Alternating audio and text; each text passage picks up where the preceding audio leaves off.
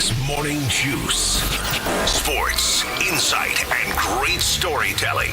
Starring Bobby Carpenter and Jeff Tito Thitoff. It's time to attack and dominate. And that's the plan for this Wednesday. Attack and dominate. I'm Jeff Thitoff. Tito, to my left, Bobby Carpenter, the general. Across the fake glass. Careful on that one there, Theo. It's Bodie Wells. And thanks so much for joining us here today. I got a big show lined up for you. Morning Juice, by the way, sponsored by Riverside Bank in Dublin and Event Risk Elite Protection. Lots to talk about today. Austin Ward's going to join us at 7:20. It was a Shark Night last night over at Huntington Park. We got a chance to hang out with our good friend Mark the Shark Howell. He got to throw out the first pitch last night. Saw him and his wonderful family. The three of us were out there. Ryan Baker was also out there. Cam came out. There's a lot of video out there and some pictures and things on social media. Go check it out. It was a lot of fun, though. Bob, good to see you this morning, my friend. Oh, it's great to see you again. I was out there as well. So was Bodie. We had much of the crew out there hanging out. A lot of fun. And heck of a night for it as well. Busy time down there with the crew game as well and Diamond Dog Night. But, you know, you'd expect legions of fans to show up and show out for one Mark the Shark Howell. Yes, and the pitch, it wasn't a strike. So I'm not going to criticize that. But look. It also wasn't 50 Cent. I mean, it also wasn't. Yes, middle. You're right. It was not Simone Biles. Much closer to a strike than 50 Cent. Yes, that's a good way to put it, Bob. That's what it was. I didn't want to see him have like that kind of moment out there. But he was great. He went out there, he warmed up. He got it done quick too. They were still introing him. Yeah, you gotta. I figured a guy like Shark, who's been on air as long, media savvy, yes, be a little more, be the greatest showman. Go out there a little bit, let some anticipation build. You know, stand on the mound, look around a little bit. And then throw some big gas. But he did walk all the way up. He said they thought they might tell him not to. I'm like, dude, if you're throwing an opening pitch, yeah, you get your foot on the rubber and you step off the mound. Yeah. And he did that and did a good job with it. And I will say on the not strike thing, I mean, that's all subjective, you know? You get a bad ump behind the plate, you might get that call. You'd have to have Stevie Wonder back there umping that call last start. It was a good pitch. Angel Hernandez. Yes, that's probably worse. Yeah, yes. He had it rung up before he even got across the plate. But thank you to Mark Galuska out there with the Clippers and all they did because it was wonderful out there. They really took care of him. They gave him a jersey with his name on the back, and they played the part of the video that we had put together here with some of the Cleveland dignitaries wishing him well in retirement. I made the mistake of taking my son and his friend. So Artie Matter down there with us, and the whole time we're on the field waiting for Shark because we had about a 20-minute wait before. By the time we got down there, before he could throw the pitch, it's always, hey, can I go get an autograph from that player in the dugout? No, you can't go do that. Can I go on the field? No, you can't do that. Can I go over there? No. But at one point, he and his friends wanted to take these real small, foam. foam like golf ball sized toys. Yes. And launch him into the crowd. Yep. And I was like, I don't think your dad would like that. He's like, and I was like, yeah, Tito, come over here. And please tell your son don't do this. Bodie played babysitter. I was talking to Shark and stuff, and then all of a sudden Bodie comes over and says, Tito, you better talk to your son over here, and I can tell what's going on. And shortly after that, we exited the facilities and went home. But anyway, Reds beat the Cubs yesterday 5-1. Big win for the Reds in Chicago. That's a big one for them. They're moving even closer. I think they're only 2.5 now out of the wild card spot. Guards over the Mets on the road. Another road win for an Ohio baseball team, 3-2. Guardians win that one. Good for them. Lots to talk. We'll hear from Ryan Day later on today, and also Billy Fessler about the quarterback battle. We'll do that. We'll do all the other stuff we normally do. But right now, Bob, let's do the thing that the people, I think, love the most. Today in history. Time to get smarter. Morning Juice presents Today in History. Here's your professor, Bobby Carpenter. Take it away, General. Oh, here we go. It is Wednesday, August 6th, the 218th day of the year, 147 remaining. I mean, listen, that 147, that's about a month and a half. And then we're going to be into single digits, Bode. How's that feel for you? Not great, Bob. Time to do some Christmas shopping. Just starts flying. Well, listen, that month and a half, once you get into football season, those days then start it really flies, start rattling off. And so usually it's about this time where I start keeping my eyes and ears open for some Christmas presents because, well, I don't like to wait till the very end. So you start getting into the 120s, 4 months out, that's me. That's strike zone for me. Membership to the Jelly of the Month Club.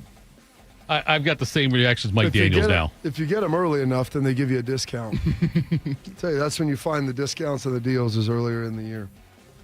So we've got to start checking on that. This date, 1945, Hiroshima is devastated by the first of 2 nuclear attacks ever to happen in the history of the world. Little boy off of B-29 Flying Fortress, 70,000 dead instantly, about twice that over the next coming months. A short time ago, an American airplane dropped one bomb on Hiroshima and destroyed its usefulness to the enemy. That bomb has more power than 20,000 tons of TNT. The Japanese began the war from the air at Pearl Harbor. They have been repaid many-fold, and the end is not yet. With this bomb, we have now added a new and revolutionary increase in destruction to supplement the growing power of our armed forces. In their present form, these bombs are now in production, and even more powerful forms are in development. It is an atomic bomb. It is a harnessing of the basic power of the universe. Harnessing of the basic power of the universe. Read a couple articles about that yesterday. A lot of crazy things. There's things around it. There's still, I think in Japan, less than 100,000 people alive who were alive during that attack in both Hiroshima and Nagasaki. They've got some special stuff that they do for them every year, and just having them tell their stories of the things they saw, the devastation. I was reading an article about a lady who was 10 years old at the time, and just unbelievable scene, obviously, that they returned to. More positive note, 15 years later, Chubby Checkers is the guest on American Bandstand, and he debuts one of the hottest tunes ever to hit the airwaves, The Twist, for the first time. This one is a gasser. This is a pretty frightening thing. It's sweeping the country all over the place. Slags. Hottest dance sensation in the last 4 years, a thing called The Twist. Ladies and gentlemen, here's Chubby Checkers. Hey, Chubby!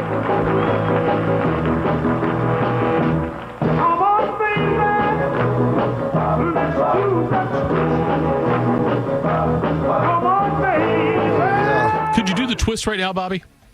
I mean, yeah, those people just spinning around, pivoting on one knee. Is that all it is? I didn't have to worry. That there was a little more to it. Have you than ever that. seen the videos of it? I don't really watch the. I don't dance. I don't know. I mean, I've Who are seen you, like Phil Collins. No, I'm Genesis. Yes, I was surprised you didn't play the Fat Boys version. They did a remake of it back in the late '80s, late '80s. The guy's name's Chubby Checkers. I know. He doesn't even. The He Fat sounds Boys like did a one. cartoon character than a real person. I know. Some people dance to remember. Some people dance to forget. Yes, that's There you right. go. Tito doesn't dance at all. I don't dance at all. This date, 1965, the Beatles release one of their monster albums, Help, in the UK. I need somebody help, not just anybody help. You know I need someone help. When I was younger, so much. Top 5. Maybe on the fringe. I don't know. There's, like I said, some of the ones that are up there, those are in there. That Help, that's a fringe one. It would have to work its way in. It's a good song. Probably top 10. Yeah. It is a very good one. This date, 1966, Muhammad Ali knocks out Brian London in 3 rounds for the heavyweight title of the world. London in a tough spot in there with Clay peppering him, and down he goes. He was in a bad spot in the corner, and he is down. 5, 6, 7, 8, 9, 10. It's all over. It's all over. With 20 seconds to go in the round, 40 seconds gone in round 3. Brian London was trapped in his corner.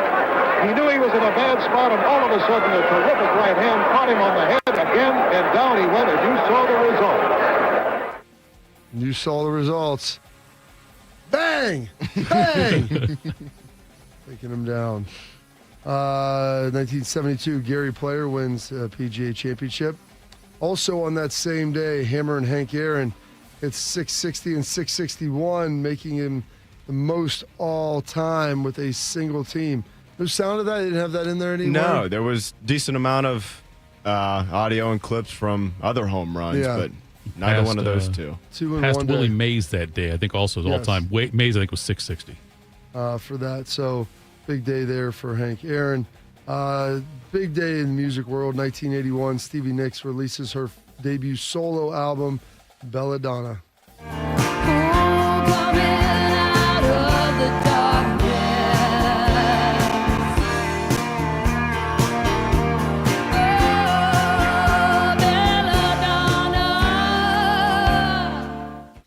Where do you put Stevie Nicks and Fleetwood Mac in your all-time catalog? I would say they're probably top 20. I don't think I go higher than that. I do like their music. I do. It's just I haven't listened to a lot of their deeper cuts. It's like I've listened to hits. I haven't really gone beyond that. I will tell you this. The live version of Silver Springs might have been during Clinton's run. Like when they had like a concert or something or some kind of fundraising thing, whatever it was.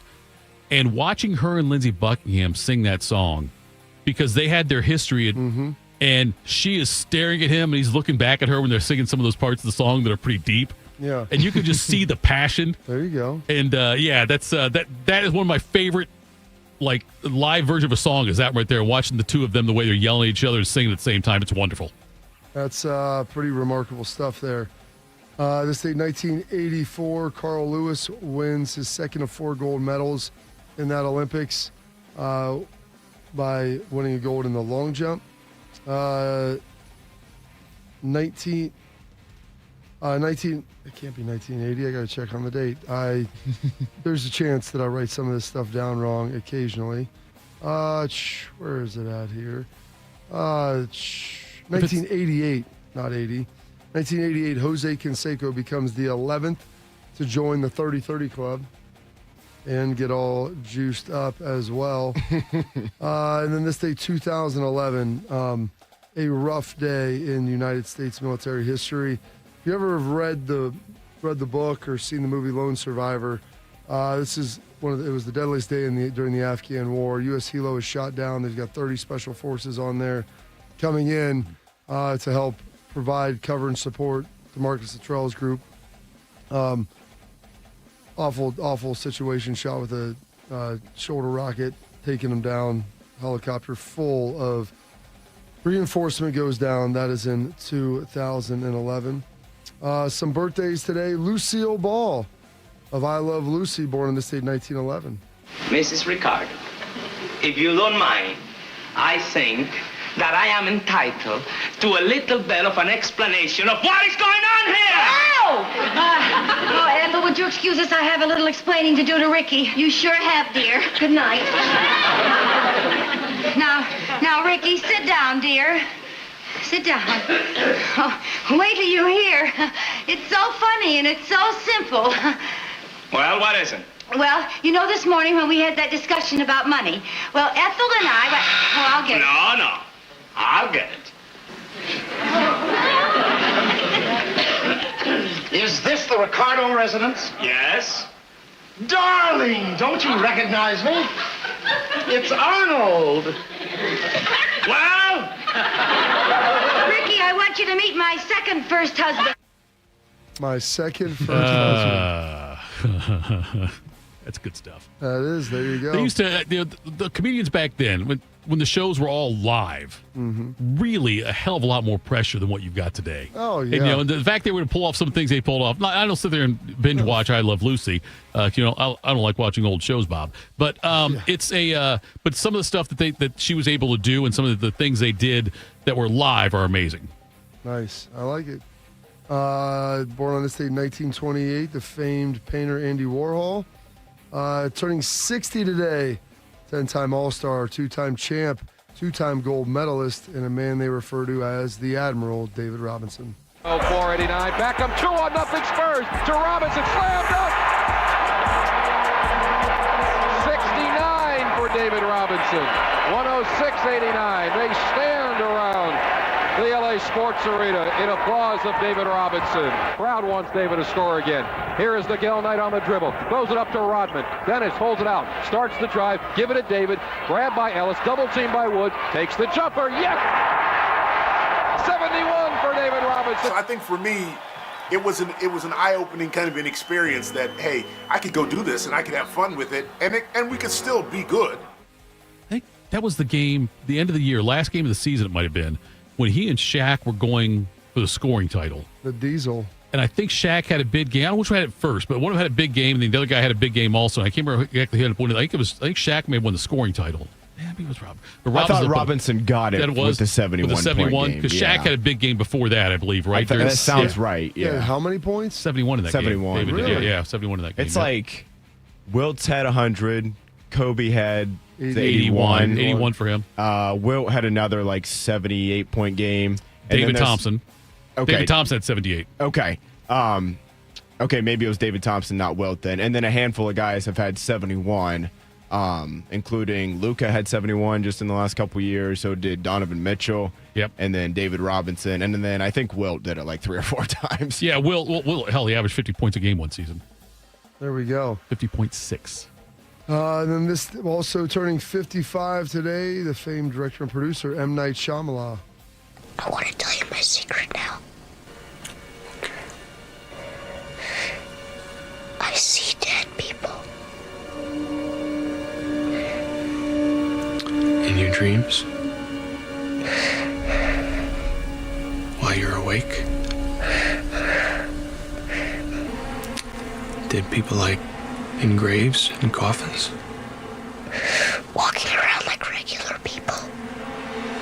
They don't see each other. They only see what they want to see. They don't know they're dead. How often do you see them? All the time. They're everywhere. There we go. They are everywhere. That still creeps me out. I can't. How many of his movies have you seen, Bodie? Not a lot. Yeah. I'm not a huge horror, like scary movie guy? person. Yeah, Okay. I just don't need that, you know. Yeah, no, I was just curious. Yeah, I don't like watching movies make me uncomfortable. And in that like setting, I don't mind a thriller, like edge of my seat. I don't know what's coming next, Right. but not like a jump scare. More of like the plot of the story, type of thing. I get you. And then on this date, 2004, I'm excited for you to listen to this, Bodie. Lost one of the iconic singers of all time, the super freak himself, Rick James. Shows up at my brother's house. Up. Nice place. So he had these dirty cowboy boots on. Pushed us out of the way, barged in the house. My brother had these brand new couches. They were suede, right? And he gets on the couch and says, "Why don't I stretch out?" And just started grinding mud all into the couch, man. Yeah, I remember grinding my feet in Eddie's couch. You remember why you did it? Because Eddie could buy another one. And we standing there looking at him. He's looking right in our eyes as he grinds this mud. See, I never just did things just to do them. Come on, I mean, what am I gonna do? Just all of a sudden just jump up and grind my feet on somebody's couch like it's something to do? Come on, I got no more sense than that. Yeah, I remember grinding my feet in Eddie's couch. Rick really needs help. I was like, yo, we just gave him some help. Bust his ass. I bet you he won't come over here and disrespect like that again. Wrong. Talking about Rick James, man. Cocaine's a hell of a drug. How much did you enjoy watching That this? was great. It was tough to decide what parts to cut up.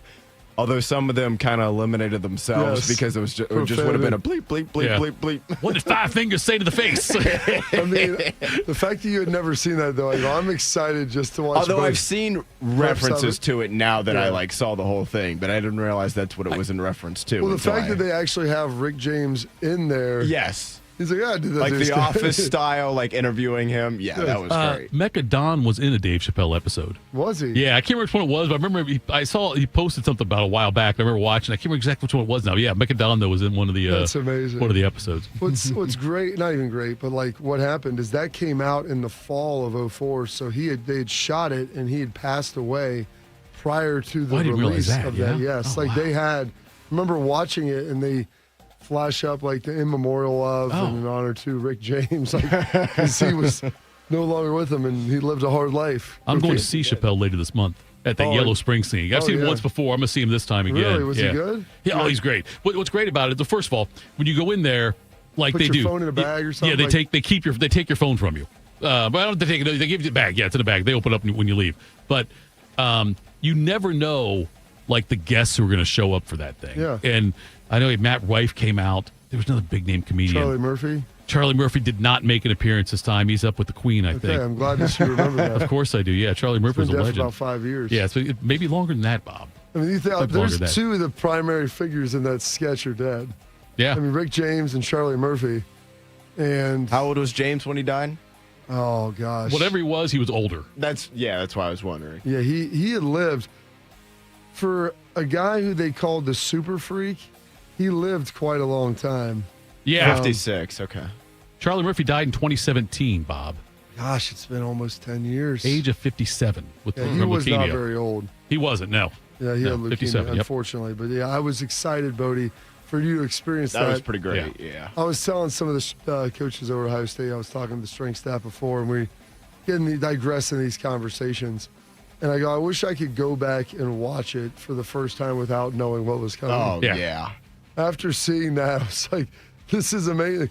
Because it's amazing because the stories are real. Yes. And like, it doesn't, they seem the Prince so story, outlandish. too. Yeah, the Prince story, yeah. Have you seen the Prince one? It was attached to that video, and I just didn't have time to watch it this morning. Pancakes. But I'll send these fruity blouses. pics. Yeah, right. It's Prince also, R.I.p. These guys, now Prince isn't actually in that one. Right, Darling Picky. But they're iconic. They're immortalized, and they save them. So that's great. I'm excited for you to experience some of that, Bodie.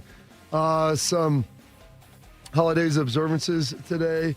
It is Farm Workers Appreciation Day. It is Hiroshima Day, National Gossip Day, National Root Beer Float Day, and Wiggle Your Toes Day. And those are your historical events, your birthdays, your passings, your holidays, observances for this date. Wednesday, August 6th, the 218th day of the year, and 147 days remaining in this 2025. Well done as always, Jen. Are you under the Rick weather? James. Me, no. Yeah, okay. It's a little quick for us to go out on time almost. I mean, we're not used to that. I can only give you what the day gives You can't make anything up. All right? This is today in history, not what Bob would like to talk about. Coming up next. We stretched the Rick James bit for a minute. We did. Some changes to the game day experience in the shoe this season. We'll talk about that next. Morning Juice. While serving in Vietnam, a grenade took my ability to see. Today, I'm a sculptor. Now, my fingers are my eyes. I'm Michael Naranjo. As a veteran, I know the challenges of life can be great. In my art, turning a lump of clay into something beautiful, that is worth doing. Life is like that. We each must use what we can to make things better. DAV helps veterans like Michael get the benefits they've earned. They help more than 1 million veterans every year in life-changing ways. Now, I show others how they can create something with their own hands. I know it can do a lot of good. With support from DAV, more veterans can shape their lives into a thing of beauty. My victory is bringing beauty into the world. Michael Naranjo, may your victories inspire many more. Support more victories for veterans. Go to DAV.org. We are the keepers of the wild, America's original and most invested conservationists. For more than 80 years, we've been committed to conserving wildlife and the natural landscapes that define our nation. From rugged alpine ridgelines to peaceful tall grass prairies, we've supported the conservation of more than 36 million acres of American wildlands. Our funding has led to cleaner water, fresher air, and improved wildlife habitat. From abundant fish and waterfowl populations to robust deer and elk herds, nothing is more important than maintaining wild spaces for adventurers to explore and wildlife to thrive. We are America's hunters and target shooters, stewards of the American outdoors. America's hunters and target shooters, along with firearm, ammunition, and archery manufacturers, have invested more than $46 billion to help state fish and wildlife agencies manage and protect wildlife and wildlands across America. For more information, visit outdoorstewards.org. You know a thing or two about the moments in life that matter. You've seized those moments to embrace joy, accomplish great things, and build meaningful relationships. Is it time now to sit back and reflect on a life well lived? Maybe. Or maybe there's more to be done. Maybe this is the most important moment you've encountered yet.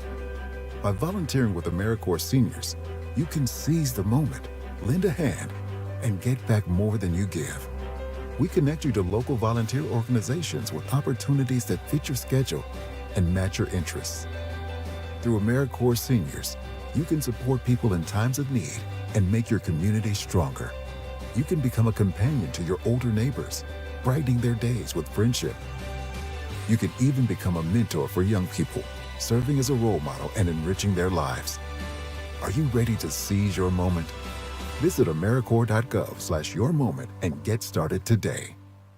Attack and dominate. You're locked into Morning Juice. Sponsored by Riverside Bank of Dublin. Here's Bobby and Tito. Mike's off again on that with everybody. Make sure Yes, that they will. listen, I believe you've so. got a lot of jobs. You really do. That's probably the most important one, at least for me. I think that's fair. I think for me specifically. Bobby, so it came out yesterday, and Ross Bjork talked about this, about wanting to do things that would improve the game day atmosphere at Ohio Stadium. For the love of the game? For the love of the game. That's right. Did you see the video they put out kind of promoting it with Archie? Did you see that by chance or not? No, I did not. I Okay. did not watch any of the things. I just actually read the press release on it this morning. It's a really cool video. It's about a minute and a half, maybe a minute 45. Than, Maybe we'll the Rick play it James later. skit. No, but it's not. It's a different kind of cool. It's a different kind of cool. But a few of the things they're doing. The victory bell thing. Yeah, I just read that. That's pretty cool. Okay, look. I'm gonna some see if people, I can get Archie to nominate me. Some social media, you'll get to do it at one point, I would think. But some people on social media are very upset about doing the victory bell before the game. I'm sorry, this is what I'm going to say. They're still going to ring the bell after the games. They're still going to do that after a win. They're going to ring the victory bell.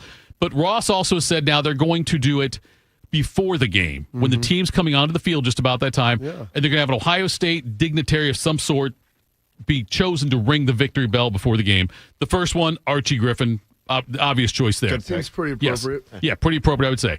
I think that's pretty cool. They're going to do that. He's trying to juice things up. That's if I had a ding, I'd play it because I just said juice. But before the game, that's one of the things that they're going to do, which I think is pretty. I think it's a fine idea. I don't know why some people are up in arms about it. I'm not sure why. Who were up in arms? There's people on social media saying, that's my gauge for that's what life. it's No, I say, people say, you're gonna almost like you're gonna jinx it. When you ring the victory bell before the victory. I'm like, that's stupid. Don't tell me that. Not doing it in the first quarter. We're just warming it up. That's all we're doing right there. But it's pretty cool. At the end of that video that I referenced, Archie pulls rings it right then and there. But it's pretty cool. And it's all narrated by Archie as well, which is also cool. Also, they said that Brutus Buckeye will have a unique and iconic entrance each week. Ooh, I can't wait for that. I don't know what that's going to mean, but it's coming in on a jetpack or he's going to parachute in or something. I'm not sure on that. We'll see, but he'll have a unique and iconic entrance. Other things, there's going to be parachute in virtual Buckeye Leafs.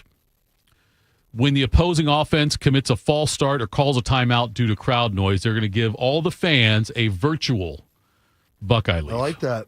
Okay, they're going to do that.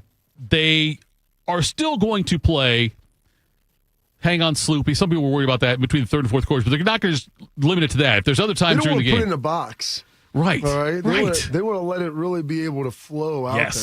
Yes. They did also announce there are 3 color out games this year. The season opener versus Texas will be Scarlet the shoe. The night game against OU will be a helmet stripe game with gray with the white and scarlet sections. And November 1st versus Penn State will be a wear black game. Now, they say it's a wear black game. Is Penn State hasn't been announced yet? I don't think, but it's going to be a noon game in all likelihood, right, Bob? I'm guessing that's the case. In a wear black game, though, they're asking the fans to wear black. I don't believe the team will wear black. Do you on a noon game? What will that matter? I'm just saying because it's November. Oh, you're right. It's November 1st. Still, we get some warm days in November here sometimes. Not that warm. I know, not summer warm. Not hot. Not hot. Warm. Right. But it's not going to be hot. I mean, if you're going to do that, that's an appropriate game to do it for. You don't November do that game, stuff for the Michigan game. Like, that's Penn State's big, and they always do the whiteout, so we'll be the black hat, I guess. Yes, it'll be a blackout for that game. I wanted to talk to, I don't know, Bodie, if I'm set to play sound over here. I got the cut from Ross Bjork about explaining the victory bell. Can I play that? Here we go. We will have a victory bell ringer.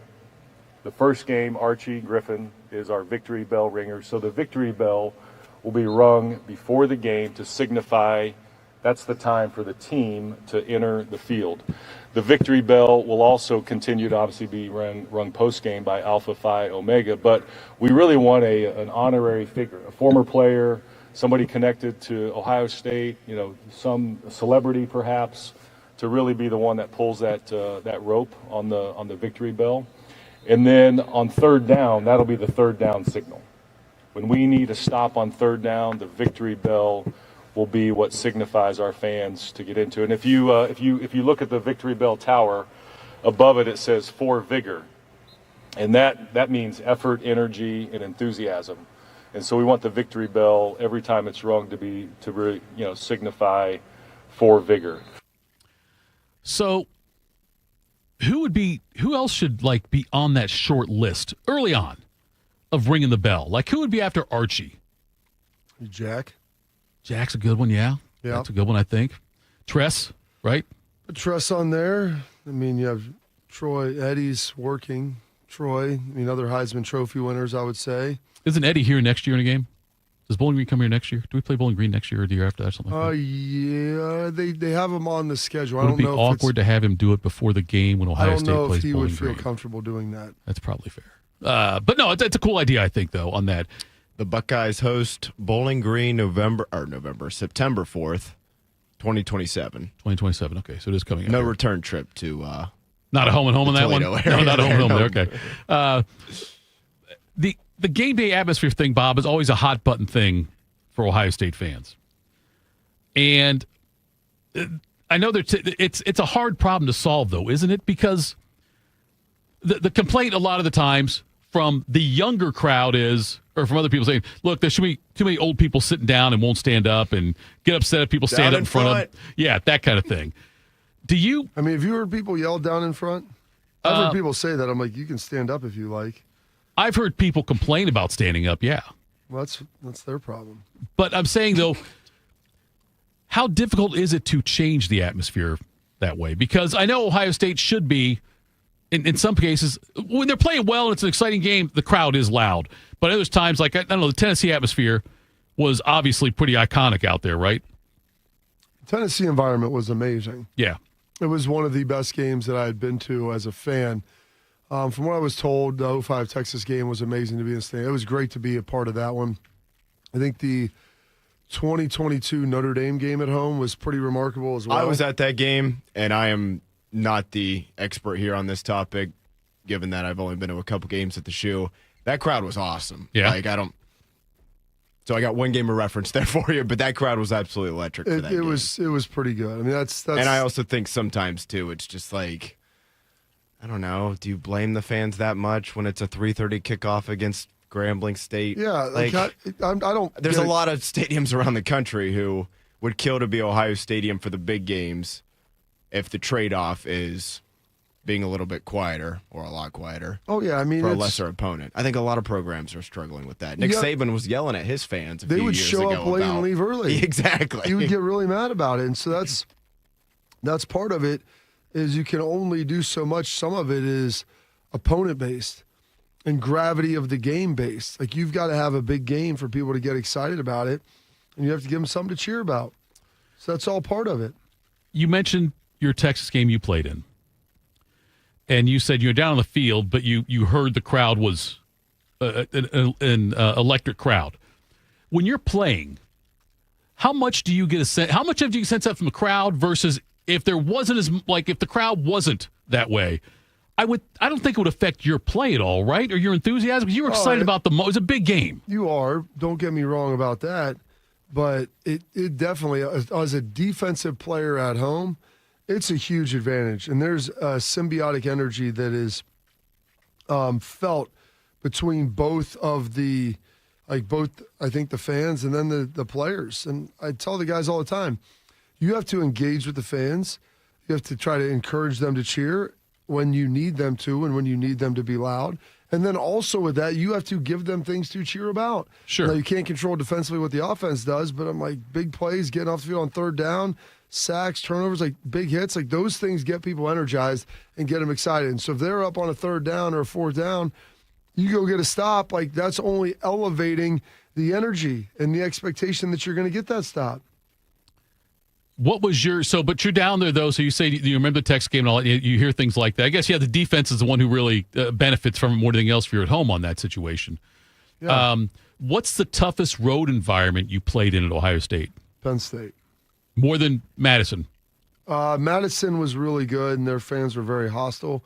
Penn State was incredibly loud. I mean, I didn't have to deal with it because I was playing offense, but it's a problem.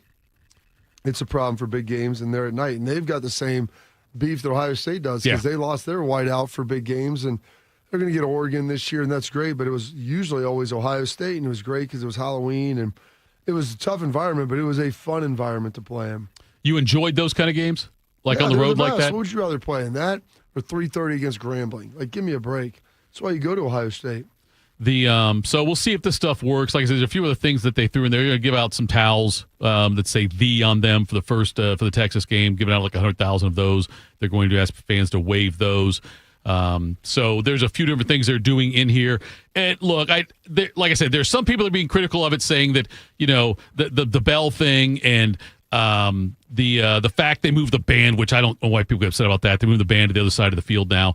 People act like they've always been in the South. Right. They were at the North for years. They were not moved there until they renovated the stadium, I think, in 2021. I believe that's when that happened. Or in 2001. Right. Yeah. So it's not like they've been in the South stands forever. Now, I understand this. People were upset that they had you commit to your season ticket seat for the next 3 years. Right. And then announce the ban, because there are people that like to be around it, or maybe not. And so that, I think, was maybe something that was a miss. But other than that, I mean, it's not like they've changed some sort of historical precedent there that, they were playing in the South stands for Woody, because that wasn't the case.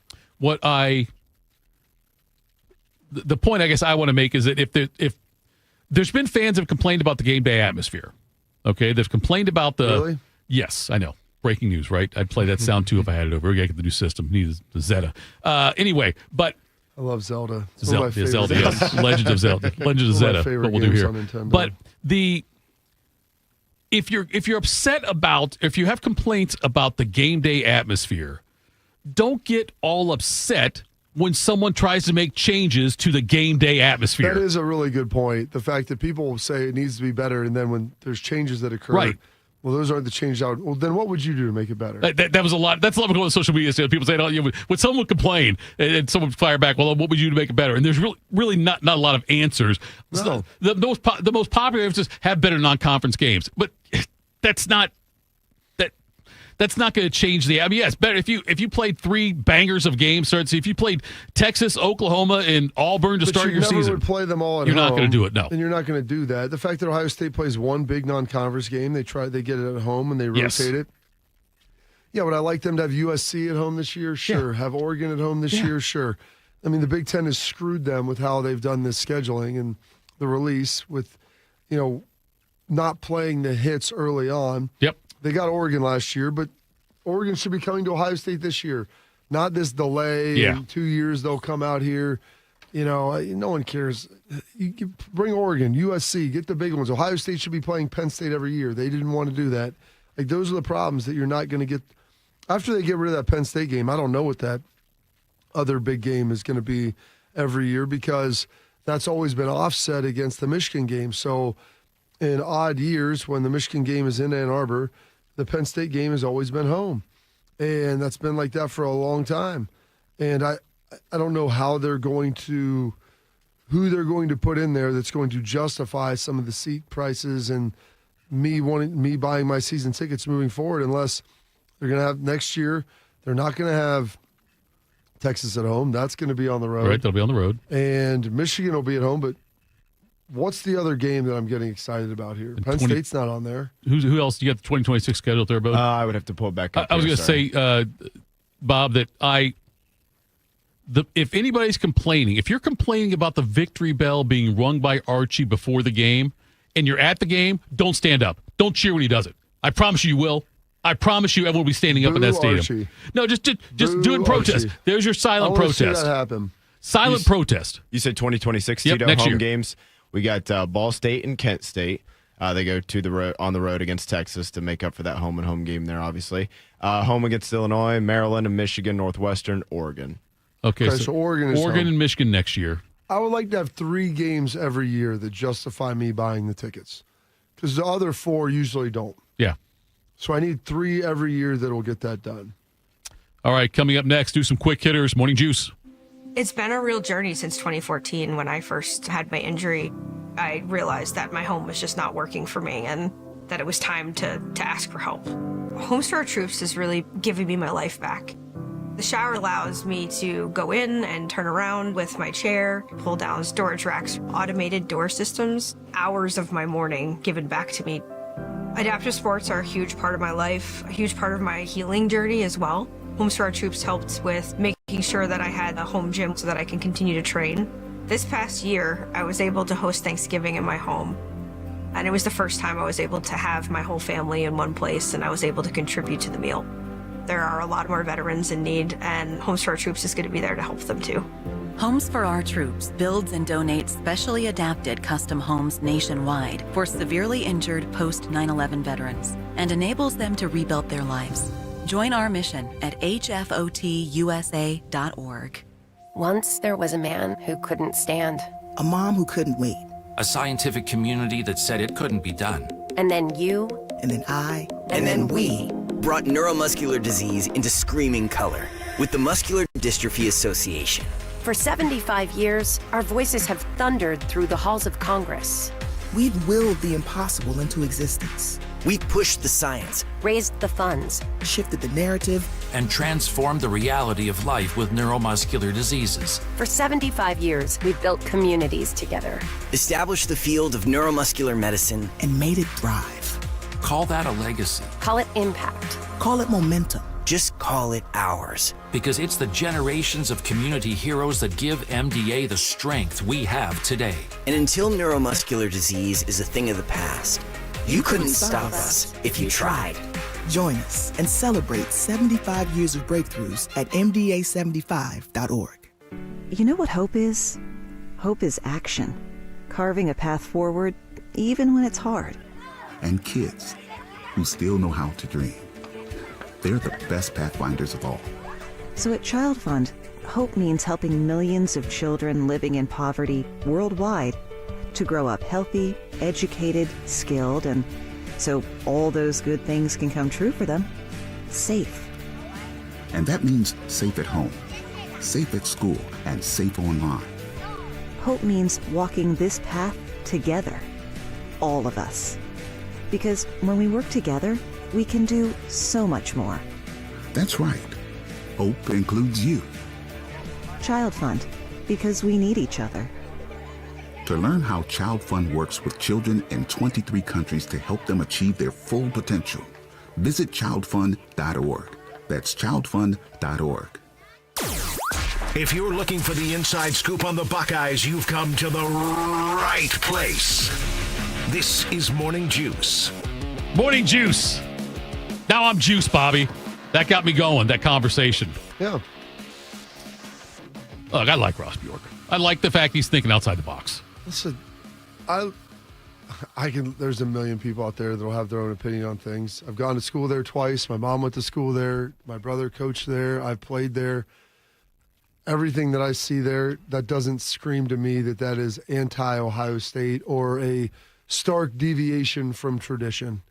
You're trying to do some things that give people a little more of what people want. More band, more hang on Sloopy. Hey, now you're just not restricted to only playing it between the third and fourth quarter. Yeah. Now you can play it any time in the second half when it feels like the stadium needs some juice. Play hang on Sloopy. Ding.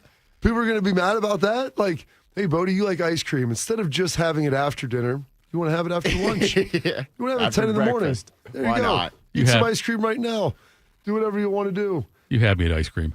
Let's do some quick hitters. Morning Juice presents Quick Hitters. Sponsored by Dr. Mark Levy. If you're snoring and not sleeping, call Dr. Mark Levy today at 1-800-MORE-SLEEP. He's Buddy Wells. Good morning, Bode Man. Just tell him, Bob. Otherwise, I suggest you buy a ticket and stay in the post. 100%. Either way, I don't give a damn what you think you are entitled to. Guys, we'll start with the New York Jets. They have been a bottom 10 scoring offense for the last 9 seasons in a row, and things have not been looking too good so far in training camp for the Jets. Justin Fields, he's had his struggles a little bit, throwing 2 interceptions in team drills yesterday and then 1 more in 7-on-7 work. In one period, starting at their own 1-yard line, the Fields-led offense had only 10 guys on the field. Not great. I've learned from that, actually. Yes, you have. 10 men on the you field's have. tough. You got to have 11 out there. You're allowed to have 11. I suggest having 11. And then after team is on the field. Right, that's exactly right. And then 3 of the next 5 snaps after that, there were 2 false starts and an incomplete pass. But both Fields and head coach Aaron Glenn, they are not too concerned about how the offense has looked so far. At least for right now, Glenn in particular said this: I don't have too much concern because it's early right now. I'm looking at week 1, right?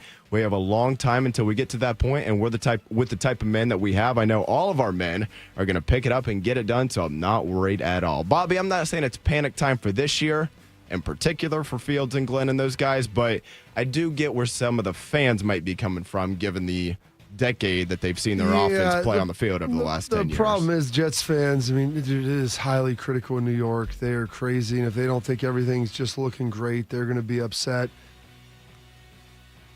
The 2 false starts, like, am I supposed to put that on the quarterback?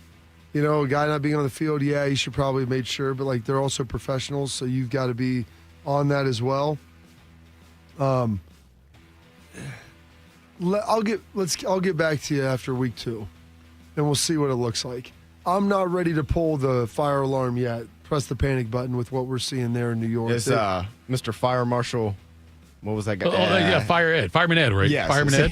I don't know if he's still there. I don't even. Didn't he give up? He left for a while. Yeah, I don't know if he came back or not. The Queen? No. It wasn't that guy. He's dead. It was like his. He was was just divorced. He was sitting down when Archie rang the bell. It was a silent protest. Conscientious objection. Yes, that's exactly what he was. I'm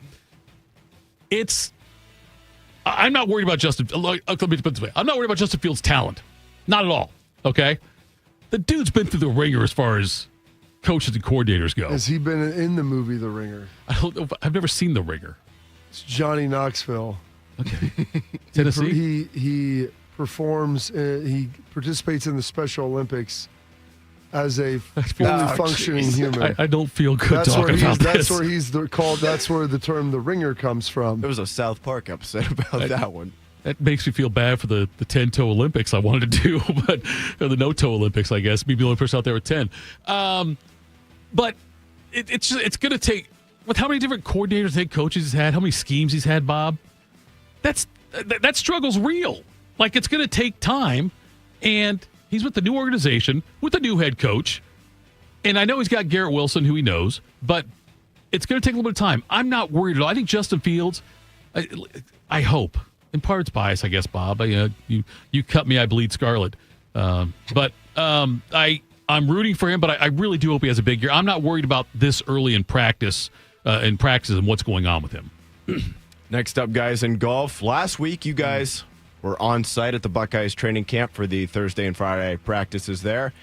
Tito, how do you feel about taking the show next April down to Augusta? Oh, feel pretty good about that. Yes. The Masters, they're offering up new hospitality packages that run up to $219,000. Included in some of that is a host home, ranging from $45,000 to more than $100,000 for the week. That offers a private transportation up to $15,000. That includes a weekly driver and either an SUV or a Sprinter van. Some of the amenities include 2 homes. Amenities, yeah, whatever. Or you don't know them. You don't know if they're amenities. Yeah, those two include 2 homes. That's a host home for $60,000 and a sleeper home for $38,000.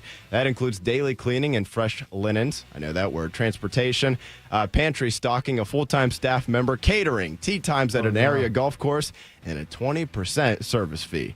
Oh, that 20% service fee. That's really bringing it home. Yeah.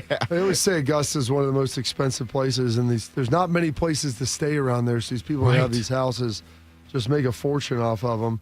And kudos to them. I mean, they leave for a week and a half, and they come back. Their house looks the same way. They make $100,000, and it's all there. You get a Sprinter van, you get some linen service, you get a little food and golf. I mean, it sounds amazing. I mean, if you've got a spare 100 G's lying around, then why not do it? Yeah. I don't know when.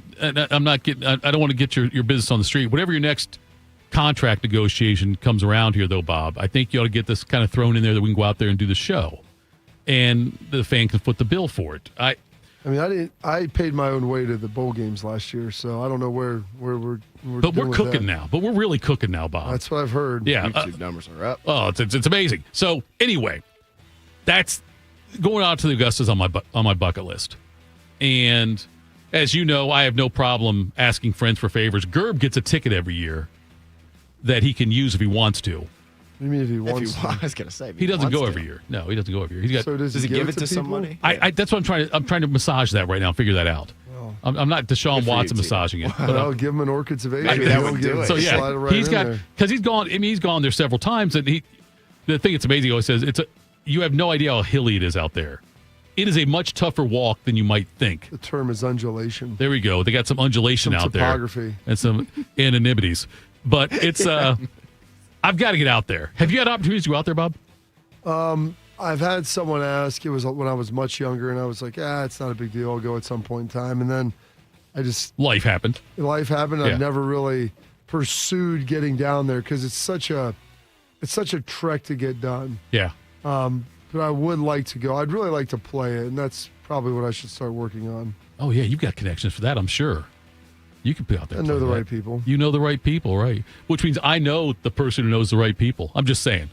But, yeah, that's on my bucket list. Get out there and do that. Every year my buddies and I enter the lottery. They give away tickets for that. The one that Beamer won the one year, right? Beamer won a couple of tickets and took his stepdad, I think, out there. I think that's correct. Yeah. And has Rothman been? Or does he just try to get I don't know if Rothman did or not. I don't know. But okay. I think he has. I thought he got down there once. I've told the story before, and I think they still do this. But for the media out there covering it, everyone puts their name in a hat, and they draw them out, and a select group of them get to play Augusta on Monday, the day after the tournament. That'd be fun. Yeah, I think Matt Barnes over at Channel 4's played it a couple times. Okay. But, yeah, you put your name. I don't know if Rob Aller played it from the Dispatch. I don't know on that one. But, yeah, that's a pretty cool thing they do. This is not an imminent – wow. I'm just going to move on. Let's move we're just on. going to let it die. Yep. I am not a complete idiot, but maybe a pretty decent one. In the NFL, Minnesota Vikings wide receiver Jordan Addison, he has been suspended for the first 3 games of this season for violating the league's substances abuse policy. Is he on that boat with Stephen Diggs? I don't think so. He pleaded no contest to a DUI back in July, he pleaded no contest of this July from a 2024 DUI there. The first 3 games that the Vikings' number 2 wide receiver is set to miss is the opener against the Bears, and then home games against the Falcons and Cincinnati Bengals. He'll be returning against the Steelers in Week 4. Tito, Bob, we talked a bit yesterday about McCarthy, J.J. McCarthy, coming back from the torn meniscus there. Not having your number 2 wide receiver. Still got Justin Jefferson, which helps, but not having your number 2 wide receiver for the first 3 games, not going to help.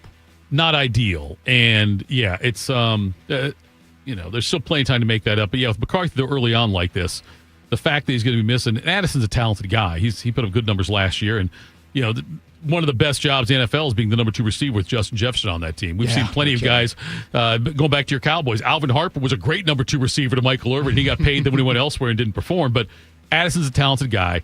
It does hurt them, Bob.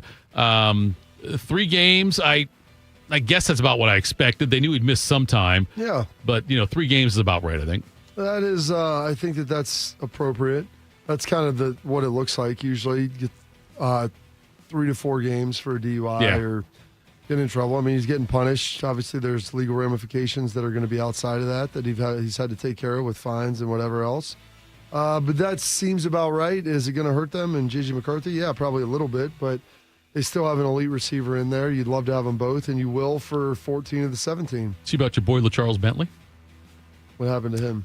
He got hired by the Saints as a consultant on personnel and player performance. There we go. I mean, that's where he spent the first part of his career. Had a lot of success down there before being traded to Cleveland and getting staffed. That's right, to get staffed. That's a good way to put that there, Bob. Will Howard, by the way, injured his hand yesterday. I don't know if you saw that also. Yeah, they said they thought it was broke, wouldn't require surgery, nothing like fractured, not too big of a deal. It was on one of the center quarterback exchanges. Throwing hand or left hand? That's a good question. It was the throwing hand. Yeah, throwing hand. That's not great.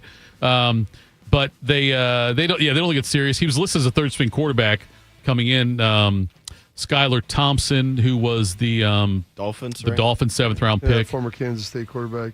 Yep. He was released before yesterday's practice. So, but I keep reading great things about, and Howard was going to play a lot of snaps on Saturday against Jacksonville. Yeah, I guess we still have to wait for word on that. But that's tough. Hopefully, if he doesn't play, hopefully that won't impact his play and his ability to get reps, because that's what he really needs. When it comes to something like that, he does need the reps, okay? But how much?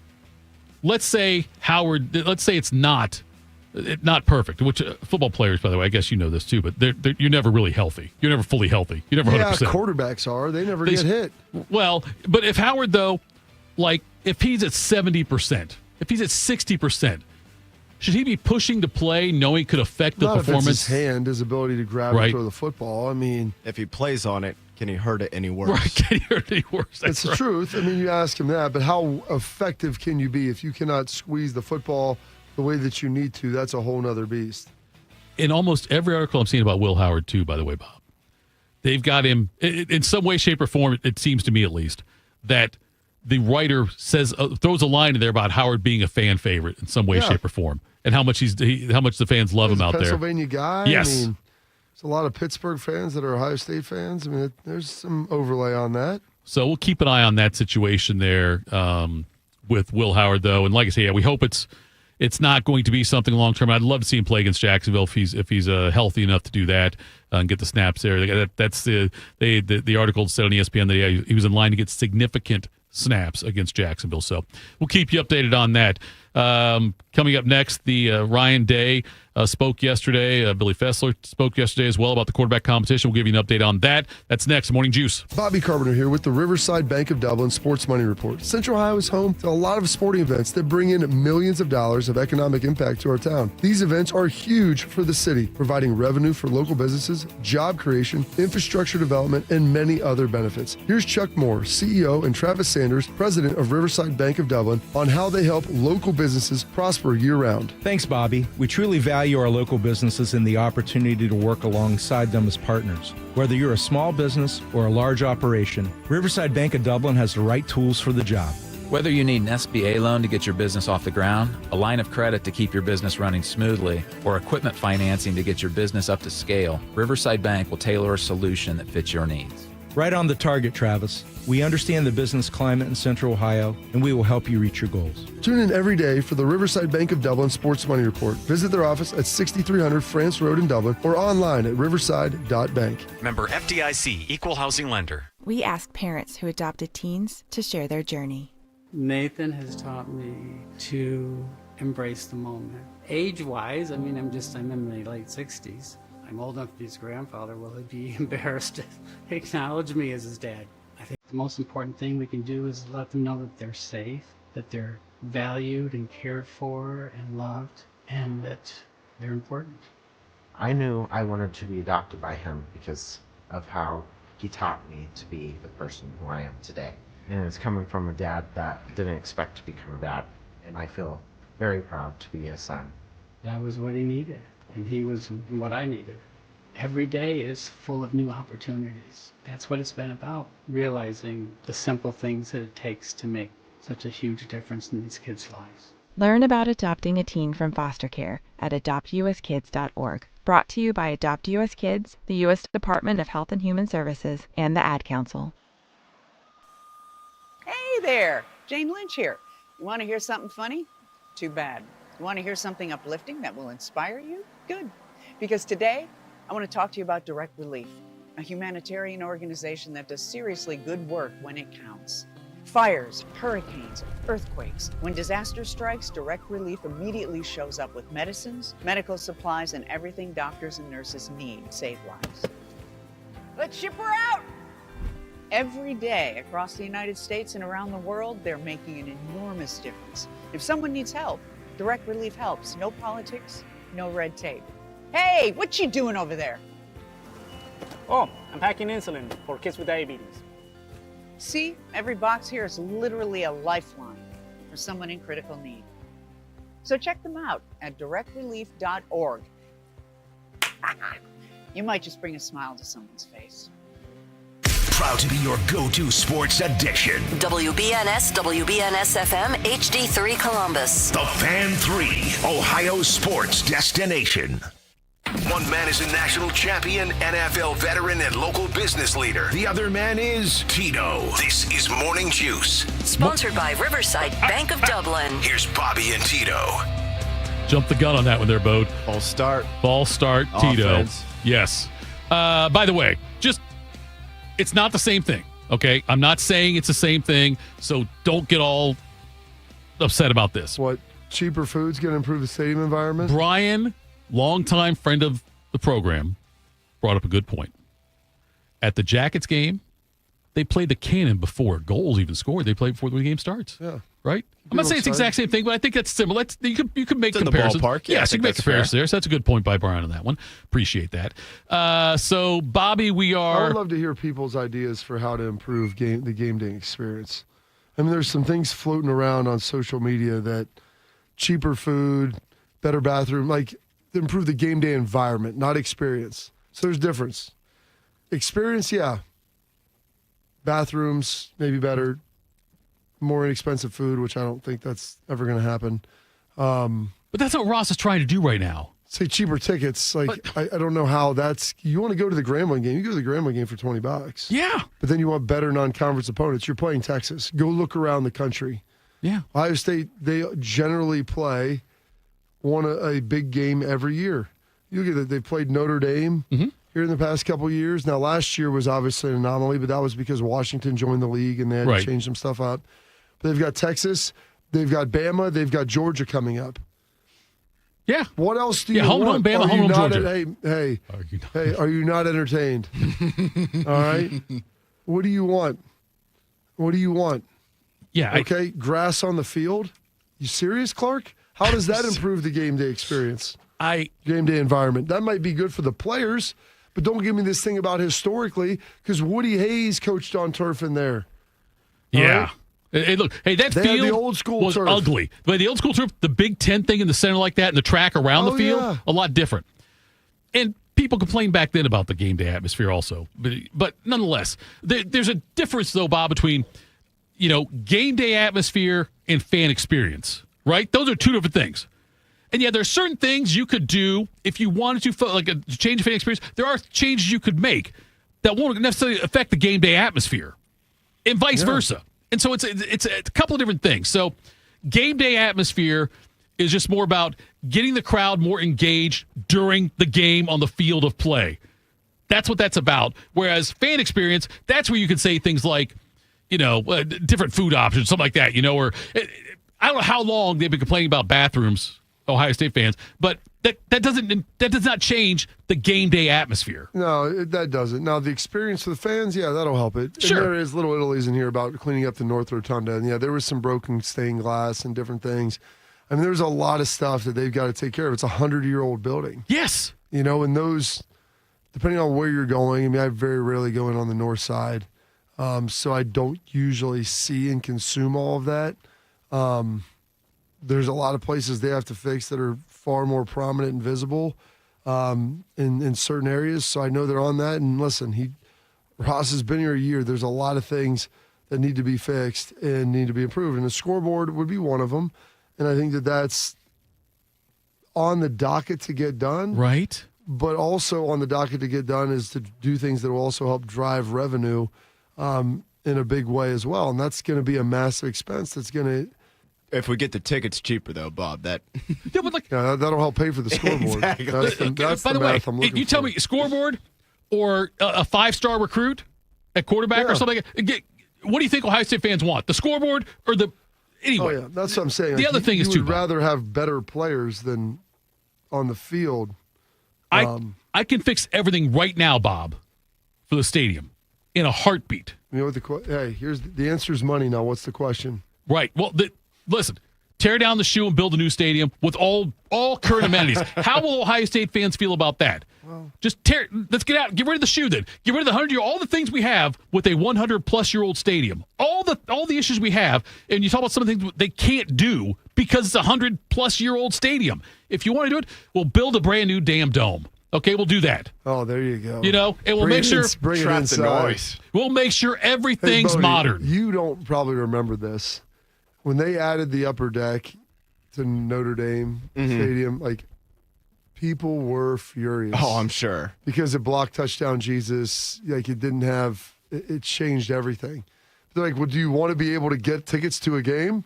Like, if not, how do you suggest that we add more seats? Yeah. Like, what's the solution? I mean, I remember a decade – it's probably been – well, in the last decade, I'll say, when Notre Dame added turf. They added the Crossroads Campus Project, which is the 3 giant buildings that you see now on the sides of the stadium there. They actually took down the scoreboard in the north end zone so you can see touchdown Jesus better. And then they added the giant video board there in the south end zone.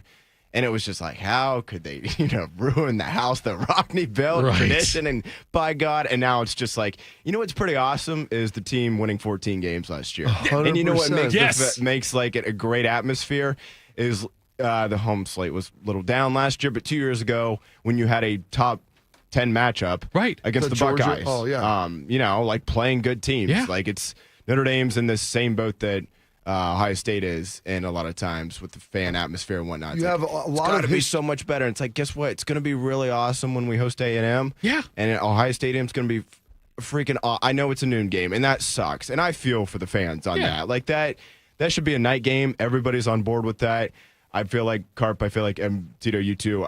I've heard you guys talk about this. Like, as far as I know, and I'm not in the know by any stretch, but as far as I know, I think Ross Bjork and Ohio State did like basically everything within their power to try to move that game. Yeah. And Texas basically said no. And I don't blame them because Texas too, that's smart. an advantage for them to play at noon.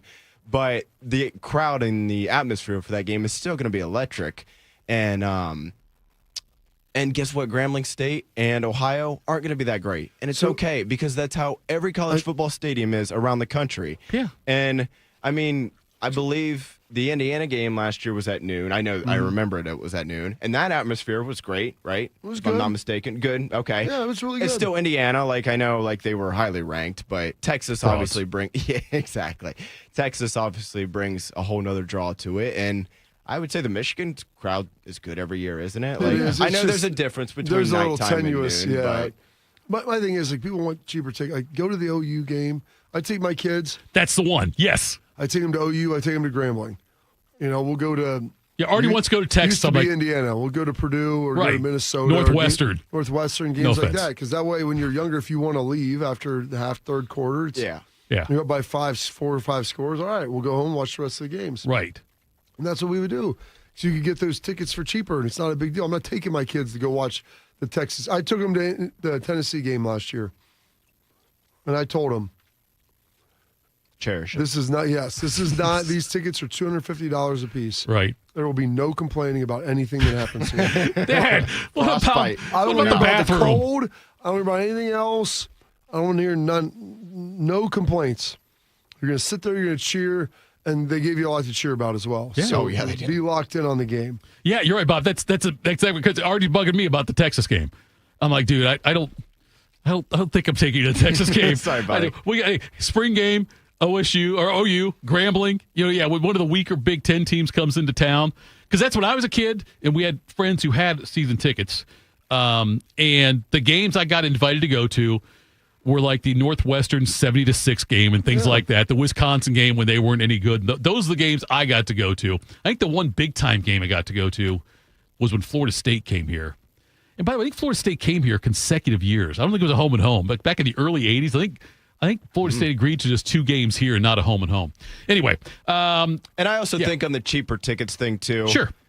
All due respect, man. Like, that'd be like me going into Fish's office today. Be like, Fish, I'd like to make double what I make. Yeah. It's just completely unrealistic for the Texas game and the bigger game, the Penn State game in particular. Like, yeah, you know what else would be great if gas was still 50 cents to the gallon. You're right. But you know what, man? It's 2025. That ain't how things work anymore. Like, it's not going to happen. Right. It's not going to happen. And by the way, the stadium's still selling out. They're selling all the tickets. Okay. Whatever the price, like the ticket price and all that. I don't know. The team seems to be playing pretty well. Teams are pretty good roll. Yeah, pretty good roll lately. But I often wonder, like, what would they have to charge? How high will the ticket price? Would the ticket price have to go for like a Michigan game to where it wouldn't sell out? Michigan would have to be bad. The game wouldn't have to matter. Because the thing is, I think Ohio State would have to be bad, probably more than Michigan. Yes, honestly, yeah, you're probably right. Yeah. Because people care enough about the game that, like, this secondary market, like, they charge more for the tickets, but still, in a good year, the secondary market is still higher than the ticket price on the it's listed. So, like, that's just how it works. Ryan Day was speaking about the quarterback battle. Let's hear from him. He talked about this yesterday. Both have had good moments and moments where they're growing. The competition continues, but I will say that I've been pleased with the progress. We're not where we need to be. But if they continue to learn from the mistakes they're making and continue to grow off the plays that they're doing well and moving the offense and taking care of the football, then it's going to go right down to the wire. But ultimately, they got to take care of the football. I'm seeing growth for sure. I'm seeing great attitudes, great work ethic. The practices have been intense just across the board. I think they're doing a good job of leading right now. Now, where it goes here by the end of the week will be critical. This is kind of, I think Coach Guerreri said it's moving day, moving week, like it is in the PGA Tour, and that's kind of this week. So it's moving week. Bob and Bodie, I might be, again, helping you out here when giving you a poll question you could ask. Do you think if there was an open election to vote on who the Ohio State starting quarterback could be, Do you think poll for this yesterday for my YouTube show? It was like you did 80%. What, like which one way or the other? But I'm saying if you could was pick, like 80% Lincoln. Or really? Not Lincoln. I mean Julian. Yeah. I threw that out on the fan poll. Who do you think's going to start? I think I threw it out. See, I'm going at next some level point here. in the last week. I'm sure it was 70% Julian. I think it was probably 80 plus. Honestly. Okay, but do you think that's a lot of people who haven't seen or watched anything? They're basing it off of a guy who this guy's a 5-star. 5-star. This Alabama guy against transfer. Missouri struggled. I mean, there are people that believe he played at Alabama for a year. Right. He just was down there for a month. Was it a month? I don't know. Not weeks? even. I mean, however long he got there, and then when Nick left, he came here. But just because he went to Alabama does not mean that. And I'm not saying that he's bad. I'm not going to be the guy. Right. But there was 3 open practices. You watched some of them. I mean, I sat there and I've watched some of yesterday's practice. Watched some of today's. I watched 11 or 12 of the 15 spring practices. I've seen a portion of every single practice and most of all of them so far this year. And somebody goes, who do you think is going to start? I go, I don't know. And they're like, really? I'm like, yeah. And I go, I don't think Ryan knows either because he's seeing this like, we got to stop turning the ball over. He didn't say Lincoln has to stop turning it over. Julian needs to stop turning it over. He said we need to stop turning the ball over, which means like each guy's probably throwing a pick a day, right? Which I think is probably accurate. So my question, though, is if you had a poll for that, and if we had 2 polls running, okay, 2 double different poll. things. Yes, Sounds like the Pink it's Pony a double, Club. It's a double banger here, where you could have. Do you think more people would vote in the state of Ohio for who the starting quarterback should be, or who should be the governor of Ohio? If they're both completely open, which one gets more votes in the state of Ohio? Who's on the ballot? I was going to say Tress. No, okay, Tress. Okay, that's different. No, you can't have Tress. That's okay, fair. that's why I asked. That's a qualifier. That's fine. Okay. 2 random people that we yes, 2 random people. I think it would probably more people would if you could just vote on the line. Right. I think more people would probably vote for the Ohio State. So do I. What do you think, Bo? Oh yeah, I don't even think it'd be close.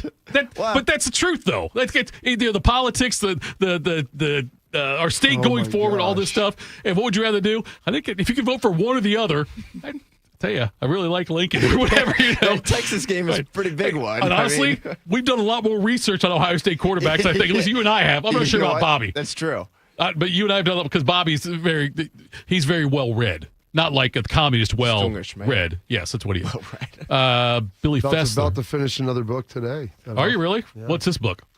It is Mein Kampf. It's not Mein Kampf. Shark's got his copy of that. It's My Life by Stalin. You know, my struggle. My struggle. Not my struggle. But no, it's the companion piece to Traveler's Gift, which Tress had everybody read. And I hadn't read this book, which kind of follows up by Andy Andrews. Really good. So the 7 most important decisions you can make in your life about. Yeah, it's pretty good about how to operate. See, I tell you, Bob, those books make me uncomfortable. Why? I don't like because you feel like there's things you need to do after you're reading it. I feel like it's call to action. It's either gonna give me a call to action or it's gonna drive me to a deep depression by all the stuff I've screwed up. No, one of the other's gonna happen. Man, every passing moment's a chance to turn it all around. Thitoff, you got a chance. I don't know. Be all right. Here's Billy Fessler talking about what the QB battle will come down Wes to. Fessler. Wes Fessler's a good one too. We're in a situation where number one, we've got to be consistent. We've got to make the routine plays on a consistent basis, day in and day out, rep in, rep out. We can't afford to be in a spot where we don't make those plays. But as fall camp goes on, the way that it's situated is usually the first couple of days are more normal downs, and as it goes, you start to get into more situational football. We have got to be great on third down. We have got to be great in the red zone. That's where we have to excel, and we've got to be great in 2-minute drives. That's where quarterbacks make their money. And so we're in a spot where we're getting more and more of those situations every day. So it's an opportunity for those guys to go out and compete. And it's exciting. I think they're pushing each other. I think everyone in the room is really good for each other right now. And as we come out of this thing, I think that we'll be a very strong quarterback room, and that's to me was most exciting about this. I feel so excited, very confident. Just can't hide it. So excited. I'm so scared. I feel like no matter who starts for Ohio State, I feel confident in the backup. Yeah. I think both guys have enough ability. Both of these guys, I would say, are NFL players. NFL players? Quarterbacks? Yeah. Keenhol's NFL player. Yeah. Wow, okay. I haven't heard that before. I would think. I'm not saying you're wrong. Who was the last quarterback for Ryan who wasn't an NFL player? As far as a starter goes? Yeah. Answer is no one. None, yeah. Okay. Yeah. It doesn't exist. That's fair, yeah. Okay. Right. For guys that he's recruited and brought in and developed, all those guys are NFL guys. And one of my friends has referenced this, and he's, gives a lot to NIL, like very involved, like with the program, football, basketball, everything. And when it was back with Haskins and Burrow, and I told him, I go, Dwayne throws one of the best balls I've ever seen. I think he's a first-round arm talent. I go, but Joe Burrow, it wouldn't shock me if he was drafted in the 3rd round. Right. Which, saying that when he left, people looked at me like, I'm like, yeah, Joe Burrow's an NFL quarterback. Right. I mean, I said 3rd rounder. I didn't say Heisman Trophy winner, number 1 overall draft pick. Right. MVP candidate and all those other Highest things. paid player in league history. But it's like he's got everything. Now, he kept improving, kept working, and that's the one thing you have a hard time judging. But I'll tell you this, like watching Lincoln has all the requisite abilities to play in the NFL. And if you're telling me that Julian is the greatest thing since sliced bread, and I'm watching them go head-to-head in a quarterback competition, and both guys look about the same on most days, why would I think that he's not? Like, where would be the evidence that would contradict that? That's a great point, Bob. I'm saying I have not heard that anywhere. Like, and it's not like I say, I'm not saying you're wrong. It's the first time I've heard someone say that Lincoln's an NFL talent. I think Lincoln's very talented. I do, and very impressive. I had a chance to talk to him a couple times at the Cardale Jones softball game, and incredible athlete. But yeah, that's interesting. You're right. I didn't think about it that way. The fact that all of Ryan Day's starting quarterbacks. Ryan Day does not recruit guys that cannot play in the NFL. Like all the guys that he brings in have NFL arm talent. Now, how do you develop between the ears? How do you develop physically? Like all of those different things. I can't guess that. But he's got all of the ability to be able to do that. He has the traits to be able to play. Do you think Devin Brown is an NFL talent? I don't necessarily think so with him. Now, from what I've seen thus far, I've seen some good. He would have to become far more consistent, and not to say that he couldn't. Right. He could have a Will Howard type of career arc that would allow him, when he goes out to Cal, if he becomes a starter, he's worked from everything here and becomes a more consistent passer, then yes, I would put him in that category. McCord?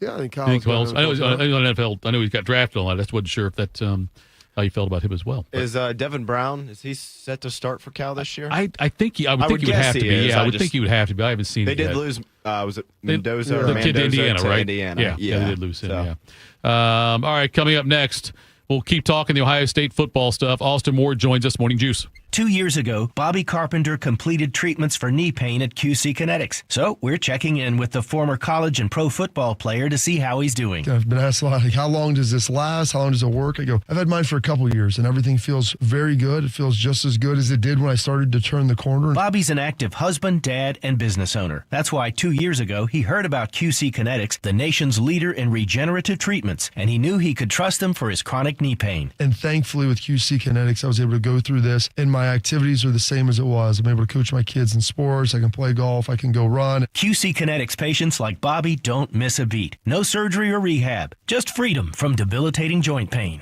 Ready for lasting relief from joint pain? Call QC Kinetics today for your complimentary consultation and see if you're a good candidate. Call QC Kinetics, 380-208-4544. That's 380-208-4544. 380-208-4544.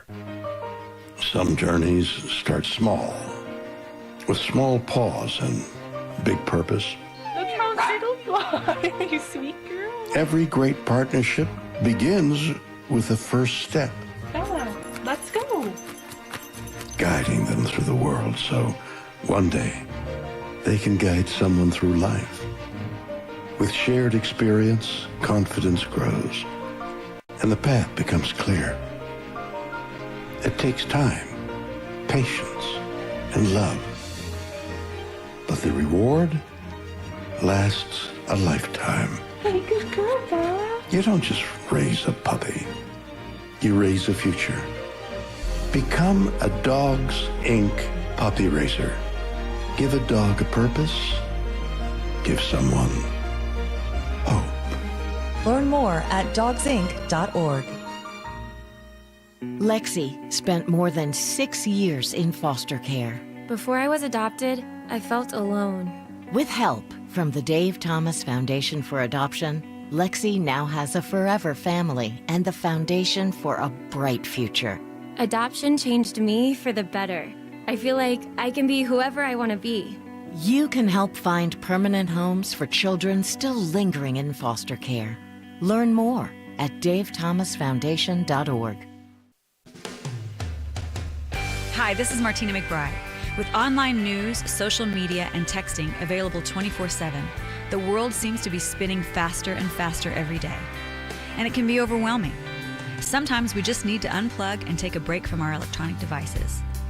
It can help reduce stress and allow us to reflect on the things that are really important in our lives.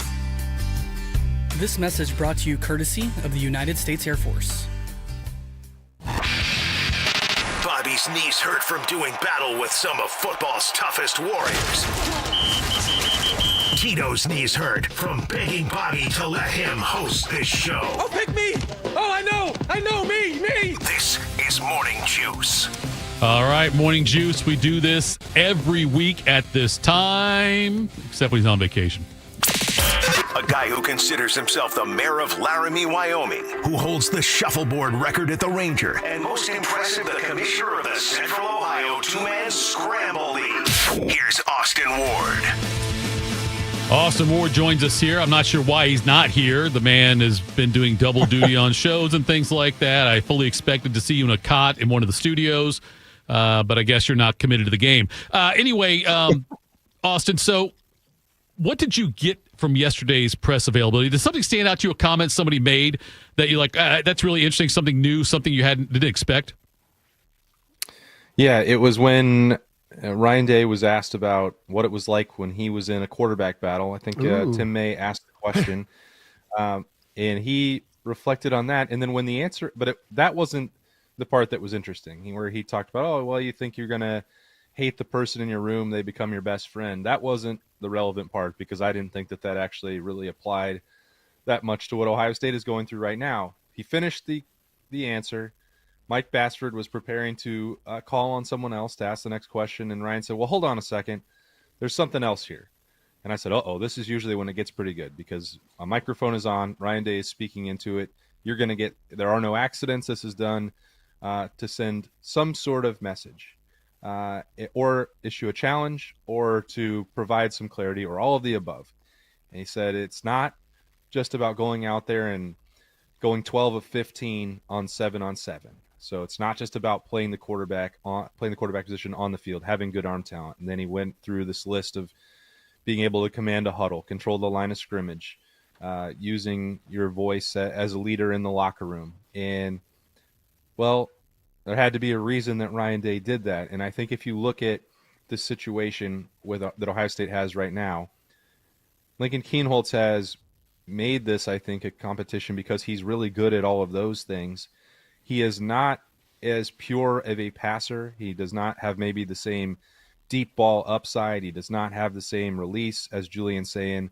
I think in terms of like the actual playing of the position on the field, I said to you guys last week, and I've said throughout the last several weeks, like the floor currently and the consistency, I think, is more steady and consistent when Lincoln Kienholz. And the ceiling, I think we all agree at some point, is going to be significantly higher for Julian Sayin. But I think what Lincoln has to do is find maybe another step forward with his passing ability. Will he do that or not do that? I don't know. We're already into August 6th. But for Julian Sayin, I think if they already know he can do the rest of those things, and he can hit every spot on the field with his arm, and he's going to be able to unlock some things maybe down the field that Lincoln Kienholz potentially could not. Well, here's the part where Julian Sayin has to take that step forward if he's going to claim the job the way that we've all expected he would since January 21st. And, that we asked Julian Sayin about that as well, Tito. And it's like, it doesn't feel like that is the most natural thing for him. He said everybody's got to find their own way to lead. He's working on that every day, practice by practice, period by period. Inch by inch. Inch play by by inch. play. It's those little inches. They're everywhere, Bob.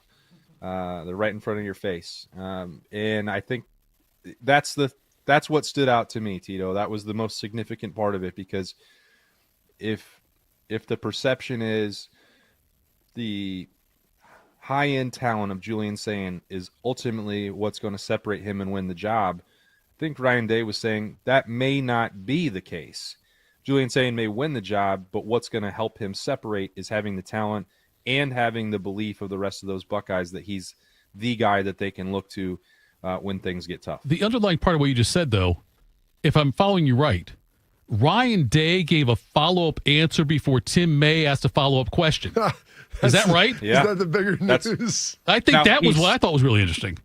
I believe Tim still did ask a follow-up question, but Sure.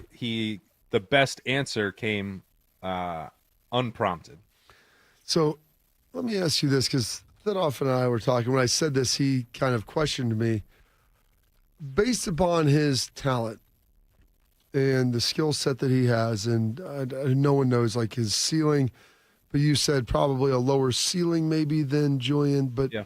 Do you believe Lincoln Kienholz to be an NFL quarterback? I think he's got that potential as well. And I think,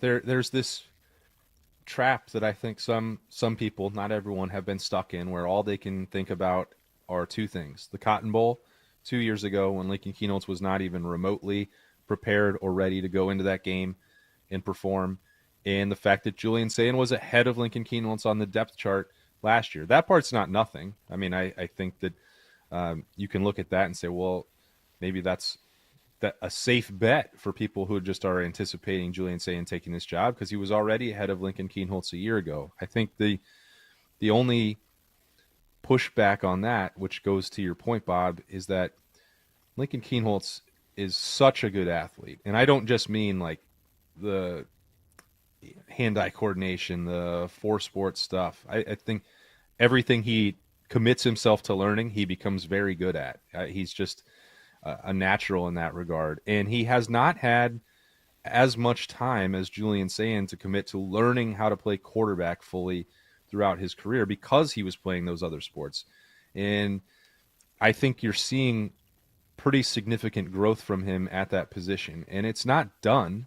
The period that a lot of the footage came out from on social media that people saw, the fans that were there on field number 2 watching Julian Sand and Lincoln Kienholz throw deep balls on Saturday was a stark reminder of what the raw passing ability looks like between those two. And Julian Sand has the arm that at this point is still better and may stay that way forever. I don't know that would be a surprise, but there's also a lot of things that Lincoln Kienholz is doing that remind me of Will Howard. You and I were talking on Saturday, and I mentioned on Morning Juice on Monday, Bob, that the way that Lincoln Kienholz has been ripping slants is like the most consistently impressive thing that I've seen him do in like many quarterbacks. The next time he misses one will be the first time that I've seen it in this camp. Now, that doesn't mean that you can just go build an offense out of slants and be really good, but it's the part that, like, clearly he got opportunities to do that. They were calling those plays, and he was executing them. He was really good in a red zone period. His extraordinary traits are not the same as C.J. Stroud or Dwayne Haskins. I think that there is. Would it be fair to compare him to kind of Justin Fields a little bit, like when he first got here? I think that you could take I was trying to find the right one because I don't want to. It was going to feel like hyperbole to say there are parts of Joe Burrow's game that I see in Lincoln Kienholz, and there's parts of Justin Fields' game with the speed and toughness that I think applies, and I think that with the size and the way he continues to work in the weight room with the Iron Buckeye stuff, I mean, physically he looks just incredible. I mean, you don't see a lot of quarterbacks built like Lincoln Kienholz. So, I think that there's a part of Will Howard. I think there's a part of Justin Fields. I think there's Joe Burrow. Is he the best of all of those guys? No, that's not the situation. But, some of the other guys you were talking about, every one of Ryan Day's starting quarterbacks going to the NFL and some of the backups, so that could happen with Devin Brown, depending on what he does at Cal this year. Ryan Day does not tend to make many, if any, mistakes when he's evaluating these quarterbacks. So if he thinks that the raw tools there are good enough to start at Ohio State, then he also would think that he could get to the NFL level. That's what it takes to play at Ohio State and play that position. So I think you're probably correct. He is Austin Ward. He is one half of The Beat with Austin and Berm. The daily podcast available on the 10 TV Plus app, and you can search Austin Berm wherever you get your podcasts. And admittedly, and not unpredictably, but particularly I say that a lot of the talk is about the quarterback battle, who's going to be a starting quarterback. What's another position battle that we, or maybe the fans, are not paying close enough attention to? I don't know if running back qualifies, because I think both James Peoples and C.J. Donaldson, and then potentially Bo Jackson as well, are all going to play for Ohio State. We've seen this model in the blueprint, using multiple backs, keeping them healthy, providing different elements. But and Quinshon Judkins and Travion Henderson did that to great effect for Carlos Lachlan last year. But I think it's another spot where I was certainly one of the people that went into spring camp saying, James Peoples was so impressive during last year's training camp, and he got this amount of experience to show what he could do in games last year. Like he's going to be the guy, and C.J. Donaldson is going to come in and maybe be a short yardage threat, or maybe be someone who can help in the red zone. I think that I was way off base on that, but I wasn't anticipating him losing 25 pounds and adding all of this speed back to his game. I really have been impressed with C.J. Donaldson. I think you see him arrive with that level of maturity and then take advantage of the new support resources that are around him, with nutrition, with Mickey Marotti, with, Carlos Lachlan, having already shown early in his career how much he can get out of his guys. I think I sort of have come around to this idea that I think C.J. Donaldson is going to, Tito, lead this team in carries this year. So that would be probably a different outcome than was widely assumed. But again, it may not be a like out and out head-to-head competition because they both need to play. There is a little bit of a tussle going on there. When we've spent so much time breaking down defensive tackles. Edric Houston is going to be back either today or tomorrow into the full team period drills, which is a huge development and frankly kind of surprising given the way he was helped off the field 6 days ago. Paul Pierce, baby. Just before noon. Yeah. I mean, that was a huge break for Ohio State in that way, that was not more serious than it was. But that's opened up some opportunity there to, it's not the sexiest thing to have a backup battle going on, but, Tywone Malone and Eric Mensah, who's been a little bit of a surprise, I think, for day one, maybe one of the biggest surprises on Ohio State's roster, some of the reps that he's given when Edric has been out, and Jason Moore, those we named two of those three guys throughout the offseason. Someone's got to step up there. Maybe it could be Jarquez Carter as a freshman. Who knows? But I think, the pads have only been on for a couple days, but I think the depth that has developed there for the defensive tackle specifically, but also the defensive line as a whole, with what you're seeing at defensive end and with Caden Curry potentially being able to move around and help out in different ways, I think that's been one of the most encouraging developments of the first week for Ohio State. So one of the other things that Ross Bjork took to the mic to talk a little bit about yesterday prior to Ryan, which I found ironic. Someone's like, I wonder what the order will be. And like, Ross is coming on at 11:15. Austin, you've been around enough practices at Ohio State to know. I was like, zero chance Ryan's getting onto that mic before 11:15. And so Ross came up and talked about, some of the in-game environment improvements. And, there's two things I think.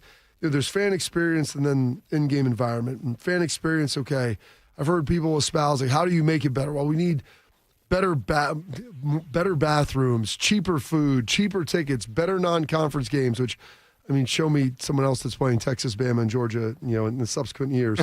I don't know what people are looking for. The grass back on the field. Would I like to see grass? Sure. I don't know how that's helping the in-game, experience or even environment for the fan. Like, that's just something that's there. Of all, like, Archie ringing the victory bell before the game is something that they're going to do. They're moving the band as part of the renovation to the north side. They're going to put them on concrete. They said it'll be louder. They can play Hang On Sloopy more in the second half, not just in the transition to the third to fourth quarter. Like, hearing all of that, is there anything in there, Austin, that, on your face looks like, well, this doesn't really feel like Ohio State to me?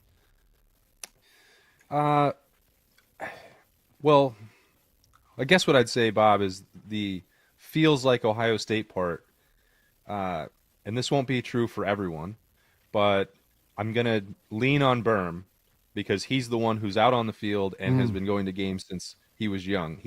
Arthritic Berm? He said that it has been a little stale and a little stagnant. And I think the most interesting thing that Ross said was you want to honor the traditions, but you don't want to think traditionally.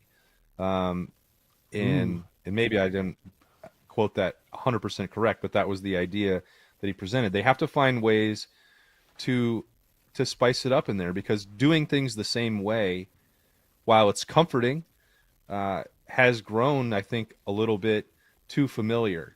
When people have, I think, certainly they've grown frustrated with the noon games and the lack of atmosphere and environment the way that they want it. But it can't be solely reliant on kickoff times for that to be the case. And there are things that Ohio State is doing, I believe, and Ross Bjork has seen, that are negatively impacting the juice that is in the stadium.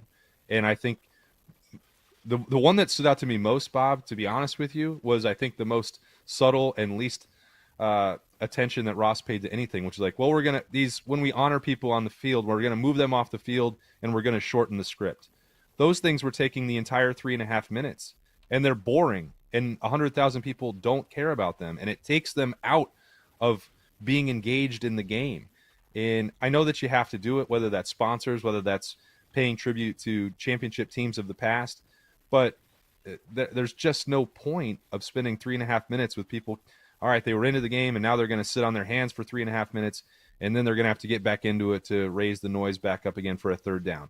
Like, improving those, I think, is significant, and that's something that I remember vividly. Ohio State, administrators, front office folks watching what was going on at Oregon and the fact that nobody was relaxing for a second, and they had songs for this period of the game, and they were going to sing, and they had this promotion. And I don't think it's a coincidence at all that Ross is talking about Brutus getting his own specific entrance when he was at a game where the Duck was riding a motorcycle onto the field. That sounds great. Yeah, and I think it should be as dangerous as possible. Like, let's see some zip lines and, skydiving from Brutus. Let's really ramp it up and get people engaged. But that's the part where I think that may seem like a subtle change, but I think it's going to have a pretty big difference. And people are going to have strong opinions about, they loved Sloopy, it needs to be in this and it's still going to be played, but it needs to be played at this particular time. Or why did they come up with the towel? There's only so many things that they can do to borrow from and then create a new identity. I applaud the fact that Ross Bjork and his whole team are trying to find solutions to this and not just content to say, this is the way we've done it forever. 100,000 people still come to these games. There is an ongoing attendance problem across college football. And I think they do need to do some of the other things you mentioned. Like concession prices would, I think, keep people in the stadium longer for some of these games that get out of hand. And let's just get out at halftime and go across the street and do whatever. But they're trying these ideas. They are trying to create solutions. And I think that they're doing that thoughtfully, and we'll see how it looks on August 30th. But I would be optimistic that these things are going to help. He is Austin Ward. He is with the Beat with Austin and Berm. And people don't know this, but also for one select game this year, Austin will be Brutus. So if you go up and see Brutus, ask if it's Austin Ward. It might be him in the costume there. Austin, thanks for the time, buddy. Now get your ass back in here and work some more. All right, I'll be there at 6 tonight with Beamer for the Buckeye Show. Don't worry. There you go. What do you got for us, Bob? Oh, do you need a bank that truly values local business in this town? An opportunity to work alongside them as partners, whether you're a small business or a large operation. Riverside Bank of Dublin has the right tools for the job. Riverside Bank of Dublin has the experience of working locally right here in Central Ohio. They understand the business climate in our area and will help you reach your goals, whether you need an SBA loan to get your business off the ground, possibly a line of credit to keep your business running smoothly, or even equipment financing to get your business up to scale. Riverside Bank will tailor a solution that fits your needs. Visit them at riverside.bank or stop in to get to know them in person at 6300 France Road. Riverside Bank of Dublin, member FDIC, equal housing lender. Coming up next, we'll tell you what's got us juiced. Morning Juice. Hey, Buckeye fans. As the official wing sponsor of Ohio State Athletics, Roosters is kicking off an incredible giveaway you won't want to miss. This football season, we're giving away 12 ultimate Buckeye experiences. 3 drawings, 12 winners with prizes including tickets, sideline passes, and 3 trips to a Buckeye first-round postseason game. Go to roosterswings.com to register and see all the details. 3 drawings, 12 amazing prizes. Register today and every day. Roosters, a fun, casual joint. When was the last time you hopped out of bed without that knee or back screaming at you? Or walked down a flight of stairs without having to take your time? You thought to yourself, I'll just tough it out. But nothing changes. Hi, it's Tyvis Powell. It's time to call and schedule that free consultation with Dr. Walkoff and his team at QC Kinetics here in Columbus. I'm glad I did. Myself and others have turned around their lives with QC Kinetics regenerative treatments that work with your body to help restore and repair damaged joint tissue. Natural cellular therapies, no scalpels, no pills, just long-term relief with no dreaded recovery. Check it out at qckinetics.com/Columbus. Bring your x-rays and MRIs to QC Kinetics for a free, no-pressure chat and thorough evaluation to see if you're a good candidate. Find out if you're a good candidate. The consultation is free. Just call QC Kinetics at 380-208-4544. 380-208-4544. That's 380-208-4544. When it comes to protecting your assets, you need a security partner. Event Risk Security Services is a U.S.-based veteran-owned company providing protection services, consulting to Fortune 500 companies, movie studios, celebrities, and high-net-worth individuals. If you're tired of fluff margins with low compensation for poor quality services and an endless revolving door of vendor staffing, then give them a try. They're virtually the same cost, and they can address what keeps you up at night. Event Risk. Check them out at eventriskinc.com to learn more. Respiratory syncytial virus, or RSV, is a common seasonal virus, but it can have major implications on a patient's heart health. Most RSV cases involve mild cold-like symptoms, but up to 160,000 adults are hospitalized each year for more serious cases, and RSV can escalate chronic health issues. If you're over the age of 60, talk to your doctor to find out if the new RSV vaccine is right for you, and learn more at heart.org/RSV. There's danger out there. It lurks on highways and quiet neighborhood streets. It's more likely to kill you than a shark, and more terrifying than the biggest snake. Distracted driving claims lives every day. Every notification, swipe, social post, video, or selfie while driving risks your life. So while you might think public speaking or the zombie apocalypse is scary, what's really terrifying and even deadly is distracted driving. Eyes forward, don't drive distracted. Brought to you by NHTSA and the Ad Council. Bobby is the all-American male. Tito pulled a hammy getting his mail. This is Morning Juice. Morning Juice. Tito, Bobby Carpenter, Bodie Wells with you. Thank you to Austin Ward for joining us. Thank you to all the chatters as well. We appreciate having you here. And Bobby, why don't we explain to some people what's got us juiced?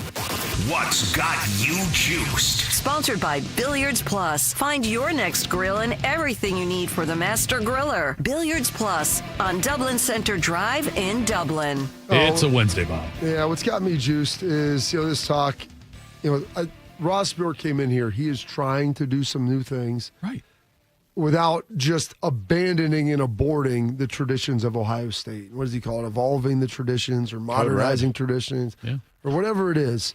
They're trying to do stuff. I understand there's things that people want in the stadium. I get it. And listen, I'm not fully privy to – I've never watched a game in CDEC, so I don't know the bathroom situation up there and everything else. I do know a 100-year-old stadium, you have issues trying to move plumbing and get stuff in areas. Like, it's not just as easy as like, oh, yeah, we can just throw this up here. There are structural and engineering issues in trying to do some of those, and they're costly and they're time-consuming to be able to do that, and they don't drive any more money. If you want to pay $10 more for your seat to get a better bathroom, then that's all part of it. I'm not sitting here saying I appreciate everybody that goes to games. I understand that. But all the things that he proposed, I think that's great. You want Archie Griffin to go ring the bell before the game? Awesome. You know what they do in Minnesota? They have someone come out and blow that giant horn every game. All right, so I think that they're like, you see that, like, okay, well, how can we engage the Victory Bell more? How can we engage some of our alumni or prominent people that are connected to Ohio State and have them go do something like that? Get people juiced up before the game, get them in there for the start. They've got the band, we'll do this. Poof, David Copperfield, now we've got some energy. Play Hang On Sloopy a little more. That sounds good. People talking about, they want, wanting cheaper food. I don't know what the solution is for you. Put a ham sandwich in your pocket. Listen, I'm not going to tell you that I wouldn't be the first person before they started selling alcohol to actually get alcohol into the game. Okay? What? Yeah, I know. It's breaking news. It can arrest me later. Now we got abandoned wins probably. Vacate wins for a fan? I wasn't a player. I'm just saying, by your former player, though, I got to believe. Look, I'm just saying. I be careful what you say. Their best, like grass on the field. I like grass. Yeah, that'd be great. I think it'd be really nice. I would like for them to do it. It's not going to make or break my experience watching the game. That has nothing to do with it. The only person that impacts is the players. And by the way, Woody, they played on the old school turf. I have to keep reminding people that. Like, this isn't like Ohio Stadium has always been grass. Right. It's just... It was a big deal when they changed to grass, but it was a big deal that they went from turf back to grass, and I loved it. When's the last time you thought about it, though? Honestly, like as a fan, when I'm standing on it down there, that's fair. Maybe my I should back ask hurts. The fans who don't get to stand on the right field now during unfortunately. camp. But it's just like seriously, man. Like, when's the last time you're like, you know what really would improve the game day atmosphere for the Texas game? If you could ask, if we did a family feud, right, and we asked 100 people, I don't think grass would be in the top 50 answers. The answer would be free beer would be number one. Night game. Yeah. Someone was complaining about the I love peeing in the old school troughs. Oh, yeah. Put your hair on your chest, man. Listen, it's a big aiming spot. I'm going to be honest. If I'm in a hotel, and I've done this in my house before, and I feel like I'm not in a place because it's dark and I don't feel like turning the light on and my aim might not be the best, we might hit up the shower or the bathtub, just throw the water on afterwards. My wife yells at me if I forget to do it because it might smell a little the next day. But hey, You know, you don't have to be as good a shot. It's a much better situation. I feel so much better now about what happened when I peed at your house the other day. Now I don't feel as guilty as I did. That's cool. Oh, God. My wife yelled at me because I always pee outside. My mom did. I go, why? Because there's nothing to miss. Okay? Any small, miss small, Bodie. What are we talking about? One play, one life. Artie does it all the time. Yeah. He'll be outside playing in the front yard, and Big now when I trough. come inside, he'll go pee in the bush. Yeah, I went to I'm like, Wrigley, dude. and there's something romantic about looking in another guy's eyes across from you from the stall while you're peeing in the same trough. All right, what are we talking about, Buckeyes? You know, we've got a good team. Here. We're trying to do some good stuff. That's got me juiced up. Gonna go to the zoo. The zoo with my son today. I haven't been up to the zoo in I've gone for different events, but actually walked and roamed to the zoo. It's been a while. We used to take our older kids all the time because we had no other kids.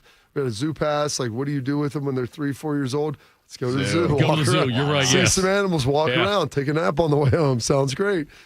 You know what? Pack a sandwich because the food's too expensive. You know? Couple granola bars. Where's the grass? You know who pees wherever they want? Zoo animals. Zoo Yes, animals. they do. They don't care. So we're going to go do that today. And then I'm actually speaking to the administration down in Jackson, Ohio today, to the Vinton County Galena school system down there. Pretty excited about that. Hopefully get them juiced up for the start of the year and everything this evening for that. And just Buckeyes are practicing 5 days in a row. So excited to see some of that, obviously, as well.